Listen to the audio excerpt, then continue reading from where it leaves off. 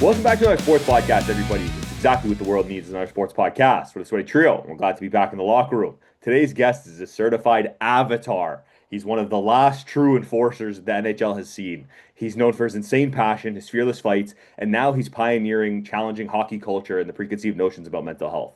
You've seen him with the Wild, the Blackhawks, the Devils, the Sharks, and now after hockey, this man has become a full spiritual warrior. He's talking about mental health, mindfulness, healing, self-awareness, the complete opposite of what you'd expect from a guy whose job description literally was to punch people in the face. Without further ado, welcome Kurtis Gabriel to the locker room. Thank you so much for taking the time out of your day to come on our podcast, man.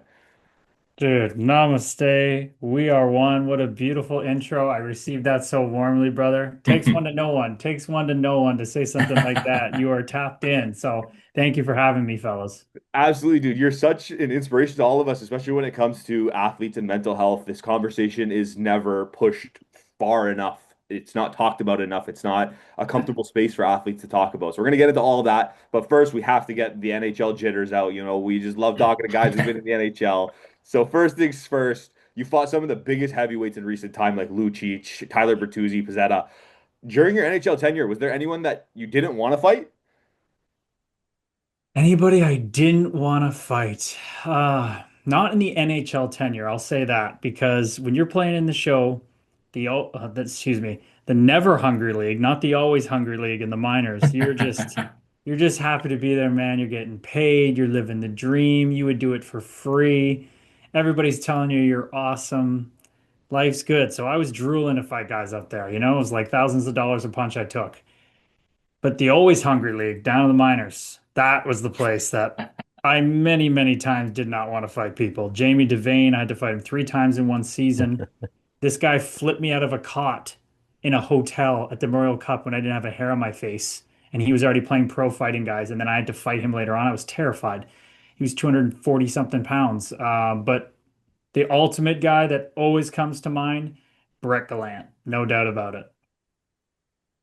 I gotta say, you got a hell of a setup, man. Holy, you got the jersey, the sign in the background. Looks great. I appreciate it, man. This is what came through that a younger me would see and go, you know what? There's just something about this dude. Just the way you put that intro of like he was that and now he's this and his room looks like that and there's this on the wall and what's like I just want to intrigue the younger version of myself. Sticking with the fighting, it's kind of become less frequent in the NHL as the seasons progress. Do you see maybe the enforcer or fighter, whatever your role you want to call it, do you see that becoming less of a staple in the NHL, or will there always be that part of the game? I think there always will be that part of the game, and we have some amazing guys keeping it going. I mean, Sir Mathieu Olivier, the Biloxi Bull, the heavy of the league, 6'1", 230. He's an assistant captain on his team and the World Championship US team. He's scoring 30 points. I mean, Tanner Jeannot's keeping it going. Jack McBain out in Utah. Jack, I think, is going to keep it going. His younger brother is probably hungrier. There's guys coming, and the best part about it all is they can all play. And I think Yeah. I was telling on another pod today, I just think we started back in the day when there were 6 teams, guys just played for the glory of it. And if you got challenged, you answered the bell. Or you just chop somebody's head off with your stick. Then you That's move to like the Broad Street Bullies just taking full advantage of this and just making it a mockery. And then you got the instigator rule in the crazy 80s, 90s, 2000s of just the heavies that couldn't play. But now we're coming back around to like the original where the guys could all play and they're tough as hell too. I'm not saying everybody will answer the bell, but the guys who can fight will be able to play on your team. Some of your Owen Sound teams were pretty stacked. But what was it like playing? I mean, this guy he's crazy. He's elite. He's a gamer. Jordan Bennington. I mean, what was it like playing with this guy? Was he always kind of this pest, hothead sort of guy who just shows up when he needs to? Yeah, and still the most goalie square ups to never get in a fight ever. It's a hell of a stat.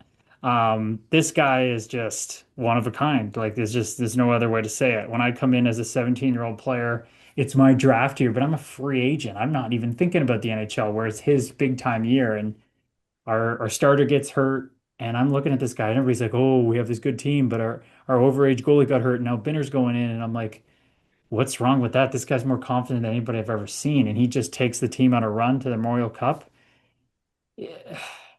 He's the type of guy that can blend in with anybody on the team. He's buddies with everybody. He can be the crazy party guy. He can be the really serious, intense guy.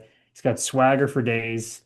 Never a dull moment around that guy. And I'm just so blessed that I know him so well in my life and call him a dear friend. He's probably the closest guy in hockey to me still because he has that little spiritual angle to him, which I know he wants to talk more about in the future for his book. So I won't say as much about it. But yeah, he is a special person. It is not for show. But look at this past season, arguably his worst season. I think the only thing he did was tell Montgomery, I don't really want to come out of the net once. That was all he did. He's keeping it under wraps. You would think on such a terrible season, he'd be freaking out, but I could think you can see the personal growth, having a young son, a wife of his dreams. I think you see the maturity happening. We're all homers, so we're all Leaf fans, and you spent some time with the Marlies, so of course we got to ask you about that. What was it like playing with the Marlies? And I also saw, I think it was a clip of you. I can't remember what the podcast was, but you said Jason Spezza would make a cup-winning general manager, and it's funny that he's an assistant GM with Pittsburgh. Do you think there's a shot he can do that with the Leafs? I definitely think there's a shot. I think Dubas is going to win a cup eventually. I think Spezza definitely will. They're both so hungry for it. I respect both those guys so much.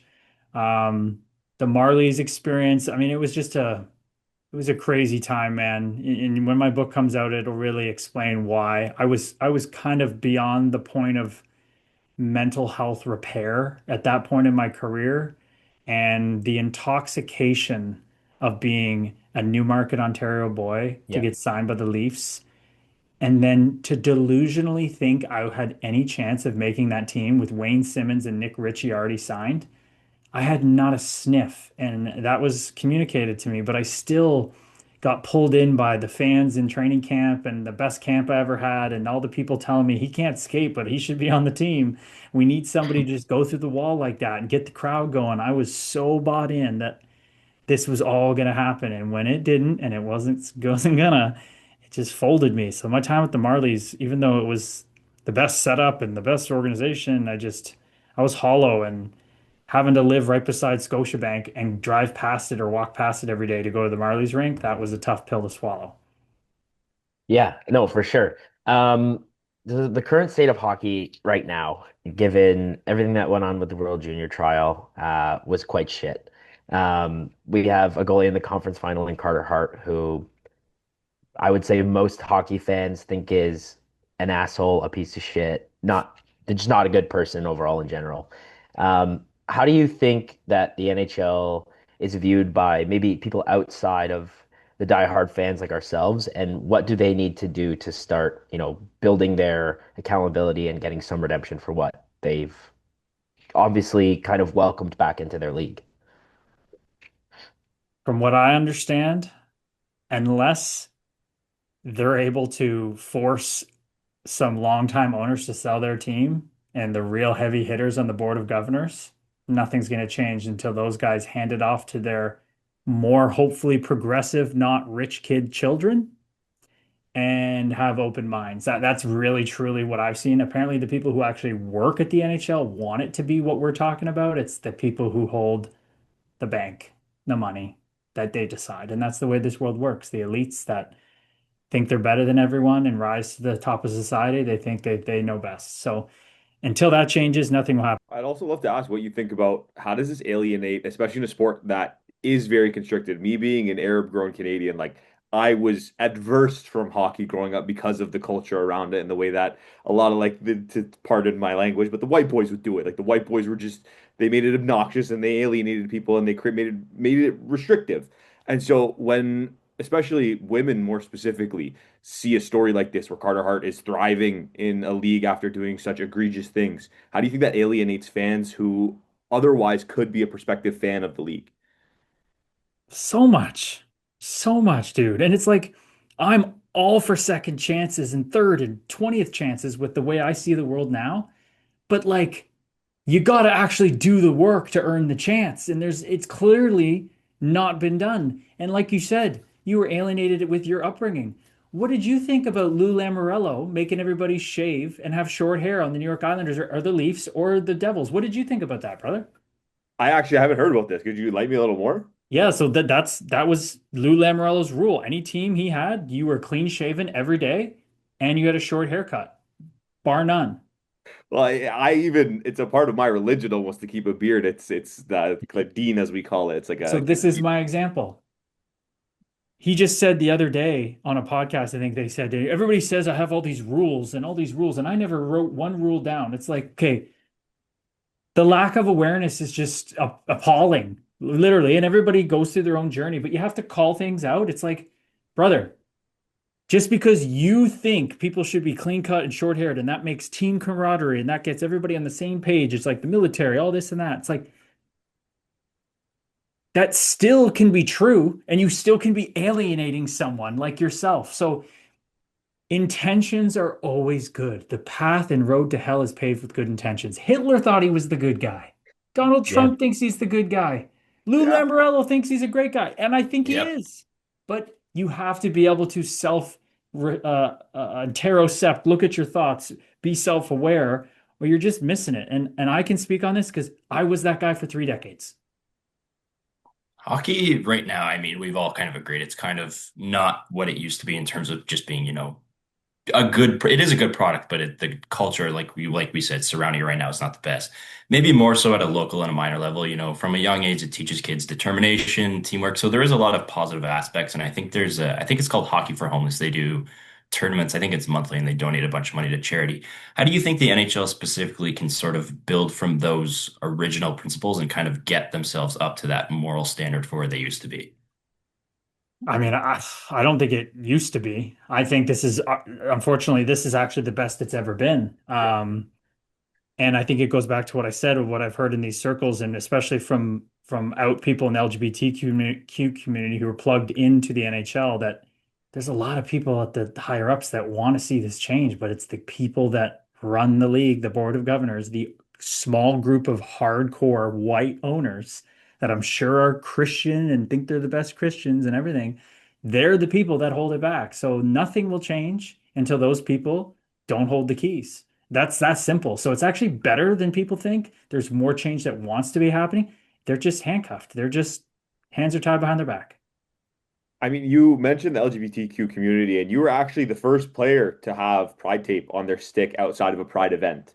What motivated that move? And also, if I'm not mistaken, you scored a goal that night. And was the fact that the Pride tape there, did that motivate you extra to get that goal and really show out for the LGBTQ community? Yeah, not really, to be honest. I was just trying to stay in the NHL. But it's funny how life works, where you have the greatest night of your career when that happens. So it's funny too. I always try to remind people, Jonathan Huberdeau wore it in a game, but he didn't want to speak on it.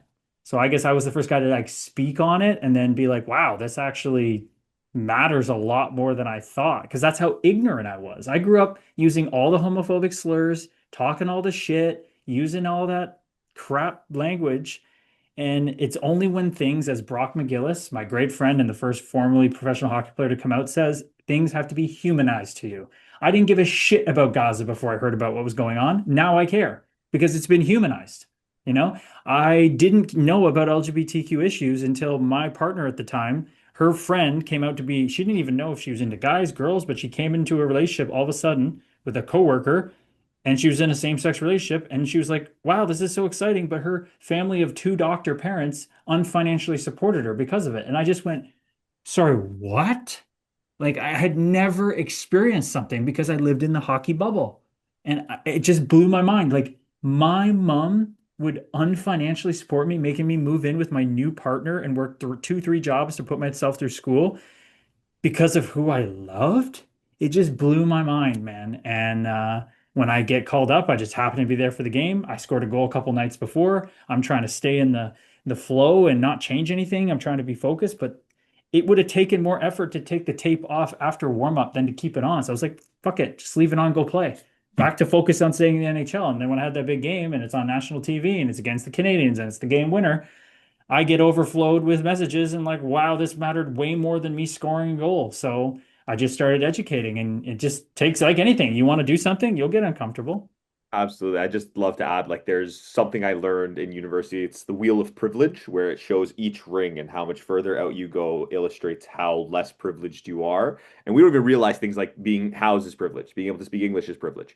And the even further to that point, when the world is built for you or built to suit you, you also don't notice how it's underserving other people of other communities. So I just love what you mentioned there with the LGBT, like especially even Charles Barkley now is talking about, he had that huge segment recently where he said, we don't even understand how many gay and lesbian athletes there are in our professional sports, and they're just not allowed to come out with it. So, what do you think? What changes could be made in the hockey culture, at least, to help players who are closeted gay or whatever their sexuality may be feel more comfortable expressing that and feel more accepted in the community?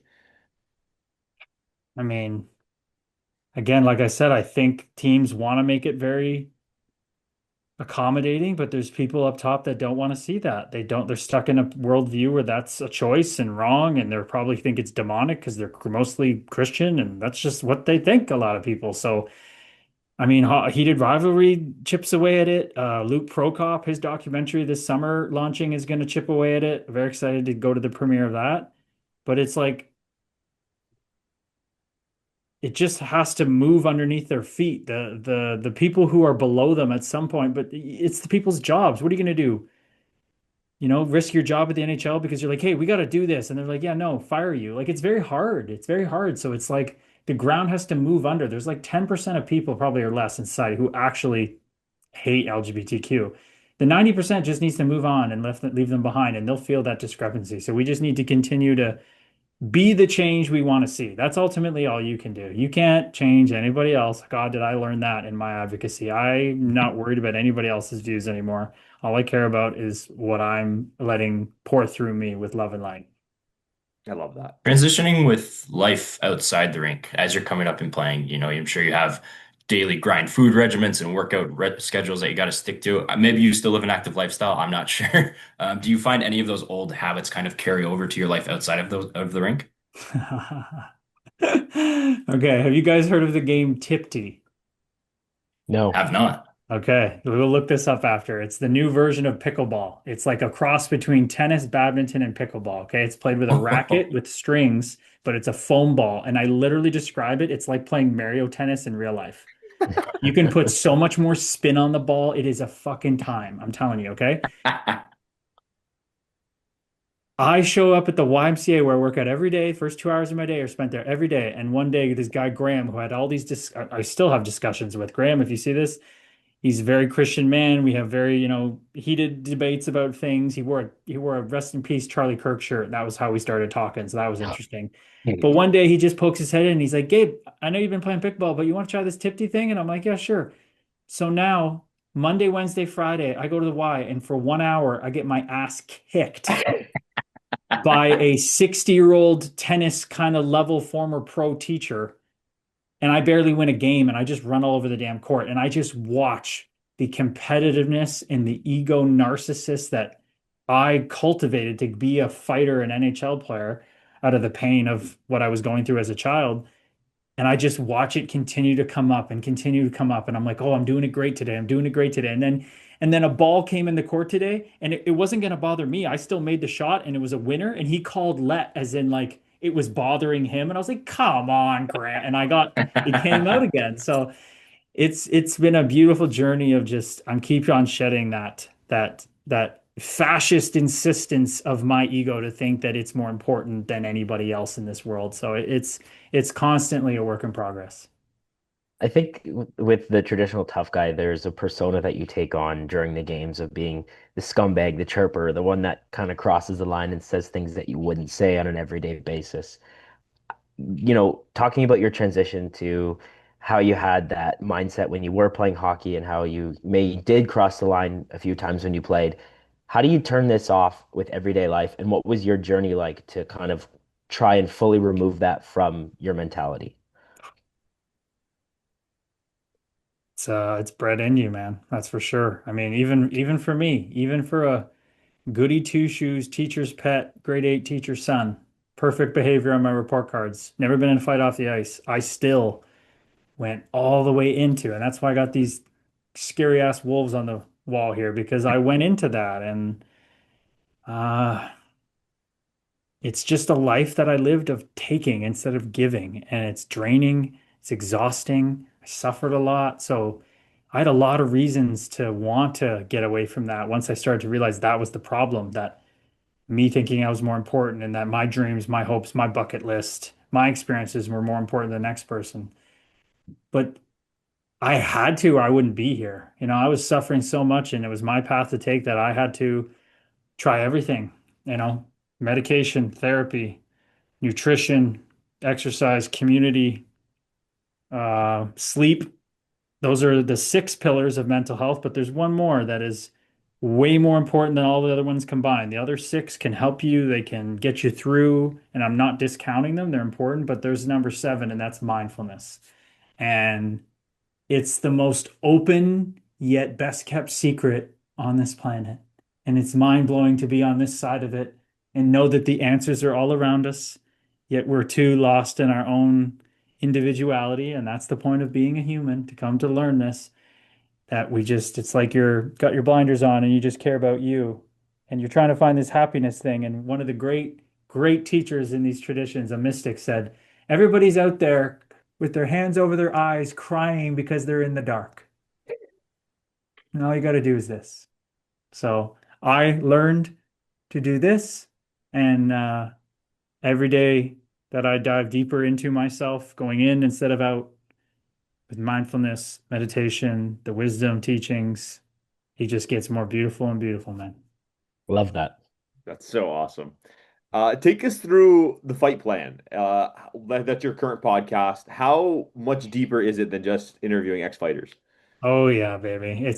It's as deep as they are ready to go. I have no agenda other than to meet them in their fight plan.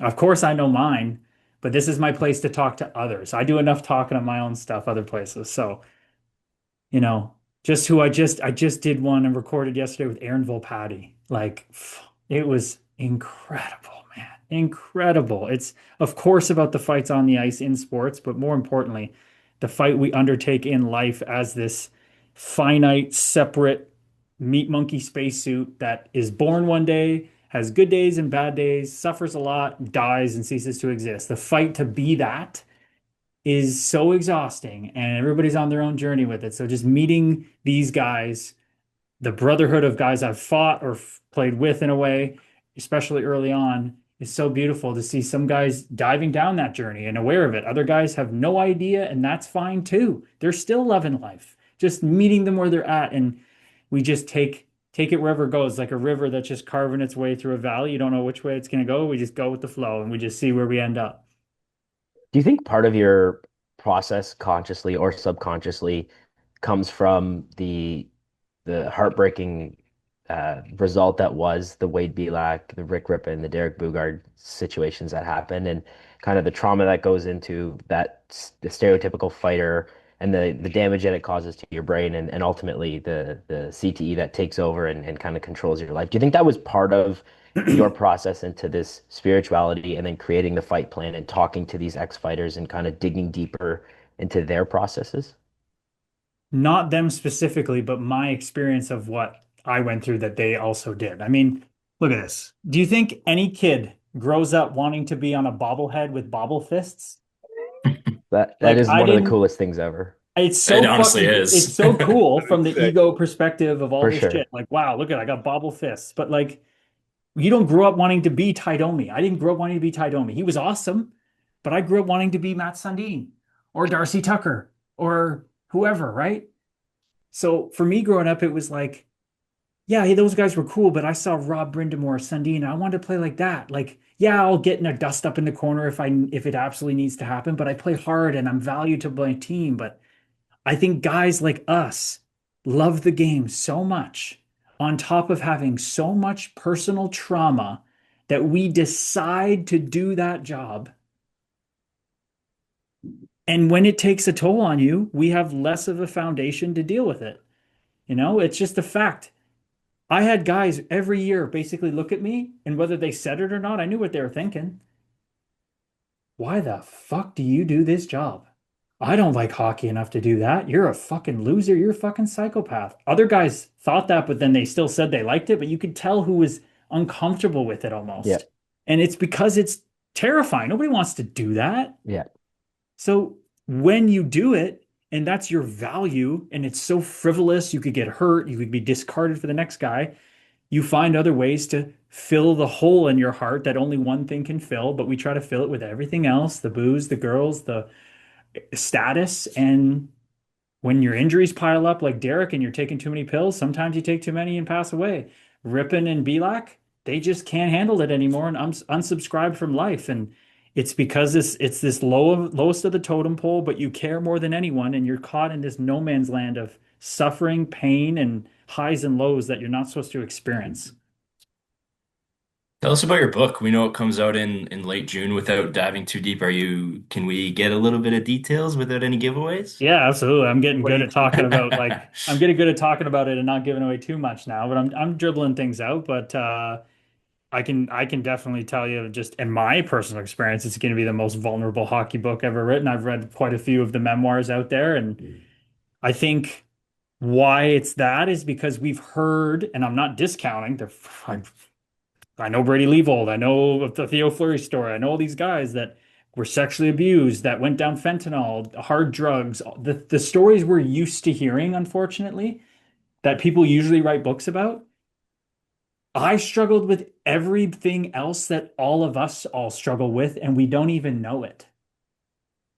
Like the things most people struggle with aren't the hard drugs and the serious trauma. It's the everyday conditioning that we're separate, and the food we eat, the content we consume, the things we watch, the things we believe we need to get to be happy. I was a high functioning neurotic mess, and most people are and don't know it. So I'm gonna rip back the veil on this book with the raw story in a way that people are gonna all every single person, man, woman, doesn't matter age, sexuality, is gonna see themselves in this story and question, what the fuck am I fighting? And what the fuck am I putting my attention on that is sucking the life out of me and I don't even know it? I think that's what's going to be quite shocking about it. And it's going to ruffle feathers in hockey. It's gonna make you squirm in your meat monkey spacesuit, and it's gonna make you stare at the ceiling for 20 minutes after the last line. That's how you know it means something, though. It gets people thinking and it opens their eyes to new perspectives, right? That's it, baby. We're gonna be keeping our eye out for that. We'll have a copy for the podcast. We'll be reading that. Hey, well, I'm thinking there's going to be a pretty cool event on June 29th when it launches somewhere downtown Toronto. I haven't released the date yet and the thing to make sure I can get it done, but it's going to be a pretty cool time. That'll be Well, you let awesome. us know for sure. 100%. I wanted to ask, like, even with that book, like, you being vulnerable is going to be such an amazing thing for hockey culture, and like being able to impart some wisdom onto, especially when I think about a lot of the issues that come along with hockey culture, it often comes with young kids who are given this idea of prestige where they're going to Sarnia to go play, where it's a small town and you're a 16-year-old, but you're the top pair winger on the Sarnia Legion or whatever it is. I mean, they lost 50 games this year, so maybe not as much. Uh, there's like, in a lot of these small towns, and especially in Ontario, maybe this is a uniquely Canadian situation. These kids become essentially gods in the community. Your book hopefully will be a great way to break through to some of those kids who are dealing with a lot of these issues that everyone deals with, but then gets that added fuel of being this god of Sarnia. What are some impactful ways that you found is a great way of getting through the tough mentality that hockey fans have? Just unflinching, merciless vulnerability. When you put your heart out on a platter and give another human being the opportunity to judge you, the only people that are going to judge you are suffering more than you, so you don't have to worry about them. Everybody else is going to go, oh, did he just say that? I didn't think you could say that out loud. I guess if he said that and nobody's saying anything to him, I can say my thing. Yeah, you can. And that book that's going to be read by people is going to say things that they've never seen somebody say, especially not in hockey. And that's what's going to do. It's going to give them the opportunity to go, holy fuck, I can talk about my shit to my buddy who I've known my whole life and knows everything about me. I can open up about I'm struggling with life right now. You know what I mean? Like you could do that because Gabe's is saying crazy shit in his book. It's like that's the point. That's why I'm doing it. And now we got this coming up. I'm trying to get the damn thing off the screen. When you start your podcast, Namaste to you and yours, what does that mean to you? Oh, Great question. This is probably my favorite question, all the podcasts, especially the hockey ones. The guy who I did one earlier today, he's my former strength and conditioning coach with the Minnesota Wild, and he wanted to know too. It's like we all hear this namaste thing in yoga and what does it mean? So now I say that the Sanskrit version and then I say the English version. So I say namaste, we are one. So that's truly what it means. It means the awareness that is you right now, knowing that each of you are sitting in your room, looking at a screen, hearing my voice, knowing that you're alive and exist in this body, the same awareness that's in you is the same exact awareness that I'm feeling that's in my body, looking out my eyes, hearing my own voice, and talking to you. So when I say that to you, it's first and foremost for me because I am you. So if I work on myself, it helps heal you. But I am literally saying every time I say that, I mean you no harm. We are literally the same. I could never hurt you because I'd be hurting myself. And let's just step into this space together. I have nothing to shame you, harm you. I just want to help you in any way I possibly can because it's helping myself. I want to ask, there seems to be a stigma, especially with men, about mental health. And it's like maybe you're sad one day and it's like, oh, you looked upon as a weak individual. Was there ever a moment, maybe in your career or even in your life, where you felt that sort of perspective and you were sad or anxious, whatever way you were feeling, and you didn't want to talk about it with anybody, whether it was your parents or your friends or whoever, your support system? Fuck yeah, dude. Fuck Yeah. yeah. Everybody, men, women, girls, boys, grandpas, grannies, fucking everybody. Everybody. That's the point of coming here. We all don't feel good enough. We're all scared as shit to die. It's verbatim. If you took 100 people and you said, everybody, write down on a piece of paper, don't put your name, what your deepest, darkest fears were, you put it in a hat and you picked out, you would never be able to find yours. They're all the same. So, absolutely. My dad was the coolest fucking guy in the world. He was like the starting pitcher on his rec team, point guard on the floor general in basketball, but he also worked with disabled kids. He drove a shitty beige sedan. He liked making sandwiches and food in weird ways. Like he was just weird but awesome. And I thought if this guy can just lead me in my life, I got nothing to worry about. Then he goes and jumps in front of a train. So what do you think that did to me about vulnerability? If the coolest guy in the world, who I thought was masculine and vulnerable at the same time, can't share and then checks out by jumping in front of a train, I'm not safe to share these things.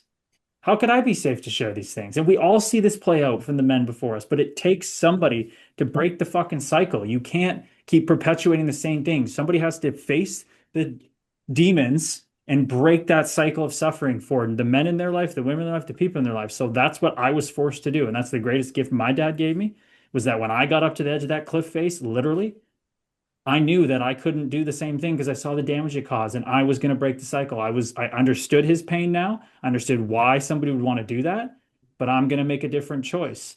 And man, when you start opening up the amount of people, the amount of guys that I talk to now, it's like, I go, what changed?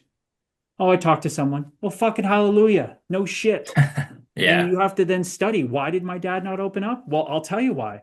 Because his dad beat the shit out of his mom, and then his mom died of cancer at 18, and then he was the oldest brother of four siblings, so now he's the dad. The dad fucked off back to the Caribbean and was a recluse and gave up being a father. He was so in pain of losing his wife. So my dad's the dad now. He can't be vulnerable. If he looks vulnerable, then all his siblings are going to be scared. So he can't share. So then he ends up killing himself. You have to talk. End of story. The toughest, most nails thing you could do is talk. Back then, I would rather fight 100 Milan Lucic's in a row before talking. But now I know it's the way. That's awesome, man. It's honestly inspiring to hear you speak like that. Uh, Out of curiosity, do you have any other athletes from whether it be the NHL or another sport that you look up to when it comes to opening the discussion about mental health? Ooh.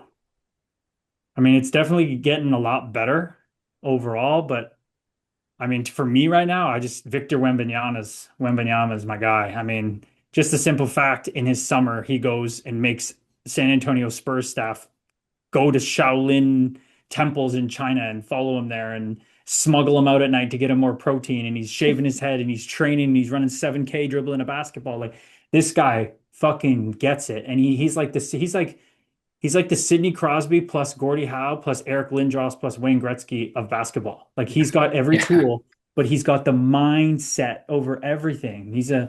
Very unique individual. He's so well spoken. He's not afraid of social issues. Guy is he's following great footsteps with LeBron, who never had any scandals, and he's the GOAT. But I think Victor Wembanyama's on the path to be a transcendent human being. That's awesome, man.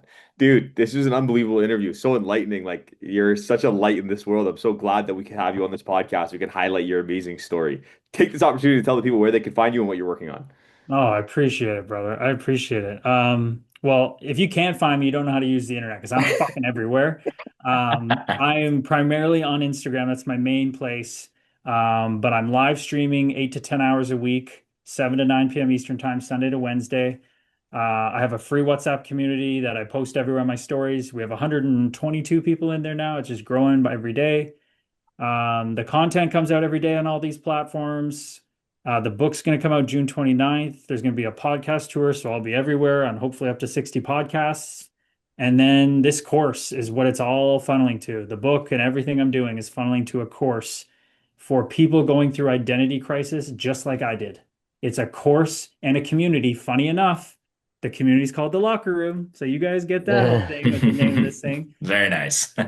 It's what people need. You don't heal in a silo, you heal in community, but this course is going to be a prompting course to point you back inwards the way I had to do on my own as this stupid, stubborn lone wolf. I didn't have anybody, and nobody in my personal life was really doing this path. So, yeah, it's going to be a place that I would have needed, and for anybody. It's going to be for first responders, the teacher who's burnt out, the principal, the mom who's working 3 jobs. Everybody will benefit from it equally, but we're going to target athletes first because my story resonates with athletes a lot. Absolutely. And we're going to be in there. Everyone who's watching, make sure you talk about it because the more you talk about it, the more it opens the conversation. You don't know other people are 100%. going through, and people will find solace in your story. It's important that we all have this conversation. And like Kurtis said, you heal in a community. I think that's one thing that the world is missing these days is that sense of community. Oh man, and the world is going back to it, right? With all the AI and stuff, and live events are exploding, and in real life streaming, and like people just feel the energy now. They feel this like they want spontaneity back. They want real human connection back. And I'm just so excited that the path I'm on is kind of intersecting with that. And I'm just so excited to see where it goes. So wherever it takes me, I'm ready to go because the past life with all the fighting and all that shit, that was terrifying. This is just like dancing. Nice Love and it. peaceful. Yeah. We close out every episode with a stay sweaty salute. Can we get a stay sweaty salute from you? Nama fucking stay, boys. Namaste. Nice. I love it. Thanks a lot, Curtis.